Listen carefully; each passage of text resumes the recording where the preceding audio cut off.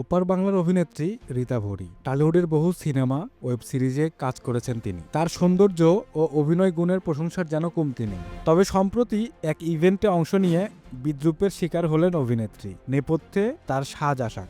অভিনেত্রীর উদ্ভট সাজ দেখে বিদ্রূপ করেছে অনেকেই, কিন্তু কিভাবে সেজেছিলেন তিনি? সামাজিক মাধ্যমে ছড়িয়ে পড়া এক ভিডিওতে দেখা যায় সেই ইভেন্টে রীতা ভরি চক্রবর্তীকে ভিন্ন লুকে দেখা যায়। তিনি এদিন পার্পল এবং কালো রঙের একটি অফ শোল্ডার গাউন পরেছিলেন, সঙ্গে এক কাঁধে কালো ফারের একটি অংশ ছিল।